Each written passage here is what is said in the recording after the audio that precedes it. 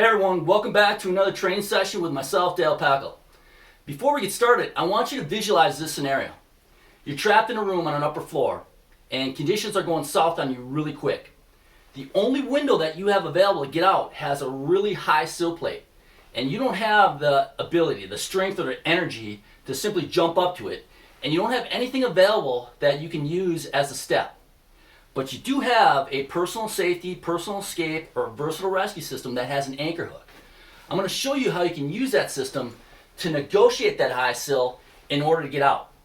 Now I'm going to first demonstrate it in one continuous shot, and then I'll break it down for you afterwards.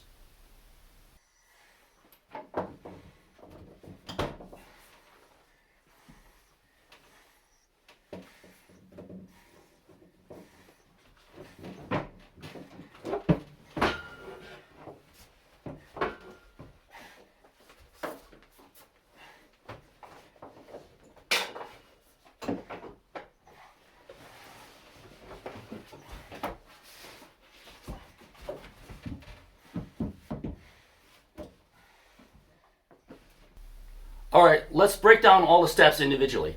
We're going to start with first taking out the window. And we're going to say as you're doing that, your tool went flying out the window, and that's why you lost it and you don't have it available to use as a step. If you lost your tool at some other point, we're saying you're able to open the window by hand. Now with the window opener cleared out, you're going to remove your hook. My system comes out of my right pants pocket, so I'm going to end up placing the hook on the left side of the window. Depending on the sill height and how your system is set up, you may have to let out a little slack. Otherwise, what you can try to do is just step up on your toes to get a little bit more height so you can get that hook up and over and placed on the exterior wall. Now, I have two types of orientation or placement techniques for this. I can use a 45 or I can go flat. If I place it on a 45, I definitely want to try to take advantage of any projections on the exterior sill plate. That's going to help to seat that hook and minimize it from walking or moving out of position. Either way, with that hook on that 45, take a moment to drive that point and try to breach that extra that sheathing to kind of set that point a little bit better so it doesn't move. Then I'm going to take my middle and index finger and I'm going to split the spine, okay? So I'm going on each side of that hook, and then I'm using my palm to hold the hook down, okay? As tight on that sill as possible. You never want to cup the hook. If you cup the hook and you're grabbing the hook slowly, there's just too great of a chance of moving it out of position. So get your hand split over the hook. That'll get more of your fingers onto the sill plate, and that's really what you're pulling on as you're using this as a step, okay? Now, if this is a narrow window, okay, or you don't have big hands and you're worried about, pinning that hook under your body, getting trapped under your body, or you're worried about moving that hook out of position, another real great placement technique is to go flat on the sill plate. And this is almost a mirror image of what the hook would look like when you're placing it on the inside of the wall when you're bailing out, okay? So deep into the corner, completely flat now. Again, take a moment to drive that point and set it. And just look how effective that is. I'm sitting right into my system. That hook's not moving at all. So this is probably one of the best placements that you can go with. Now what I'm going to do with my hand is I'm going to take my little finger and I'm going to place it on the spine, and that leaves my other fingers completely available. Okay, so I have the full length of my fingers to grab that exterior sill plate and to pull up on it as I'm getting ready to step up to the sill. So 45 or flat, those are your two main techniques. Alright you guys, if we're looking at taking out the window or opening the window as step 1, placing the hook properly as step 2, this is actually step 3 then. What I'm going to do is I'm going to take enough webbing or rope out of my pocket and I'm going to step into it. This is very similar to using a webbing loop to negotiate a high window sill, but I'm loading off of the hook now instead.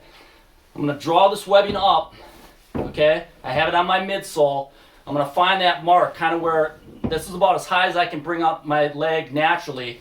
I'm going to wrap the webbing, and now I can bring my foot up by pulling up on the webbing that's wrapped around my hand a little bit higher. I want that instep against the sill plate, and now you can see I'm going to take my hand. I'll show you another shot of this. I'm basically kind of holding the hook down and then grabbing the outside sill plate with my left hand, and this hand comes over the sill plate, and it's going to allow me to step up.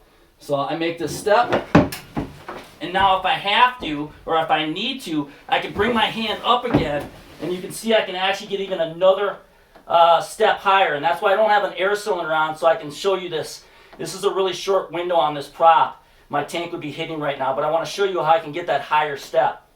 Okay? Okay, here's a quick view of what your hand placement looks like on the outside. In this case, the hook is flat, pinky lays on the spine, remaining 3 fingers of my left hand can grab that exterior sill plate. My right hand that has the webbing or rope wrapped around it can come in that other corner, and I have my whole hand and all my fingers to grab that exterior sill plate and step up. If I needed more height, I lift up on my right leg and I bring my hand up and then down, and that allows me to step up a little bit higher so I can get to that balance or pivot point at my waist. Alright you guys, this is basically going to be steps 4 and 5 where I negotiate the sill height and then reposition my body so that I can relocate the hook from the outside of the wall to the inside so I can perform the actual bailout itself. And that's why I have a face piece on. There's always a chance when that hook gets loaded for it to pop or spring free and come flying back at you. I like to have a face piece on for a little bit more added protection. This is by far and away the most difficult part of the evolution, okay? Now, I'm using the CNC lever. This descent control device, or DCD, is very forgiving. It's very difficult, if not impossible, for it to get hung up on the sill plate as you're rolling out, even if it's a projected sill plate like you see. Not every DCD on the market is as forgiving as a lever. So I'm going to show you a technique on how you can position your body a little bit to minimize the chance of your descender getting hung up, okay? But levers and similar DCDs are definitely better for this maneuver. So I'm going to set up for the step again.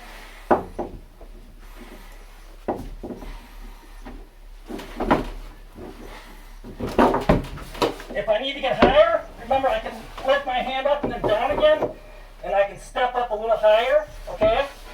Get your body right at that pivot point now. That's why you want to step up as high as you can so that you're basically flopping over the sill right at waist level, right where you're balanced.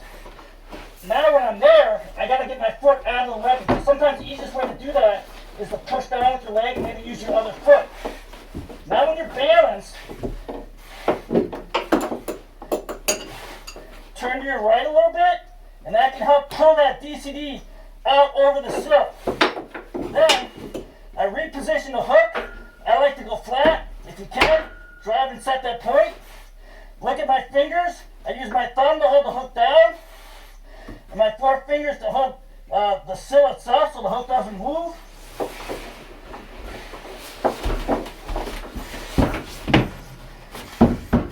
Then once you're out, clear out any additional rope or webbing, and you can go ahead and perform your rappel itself.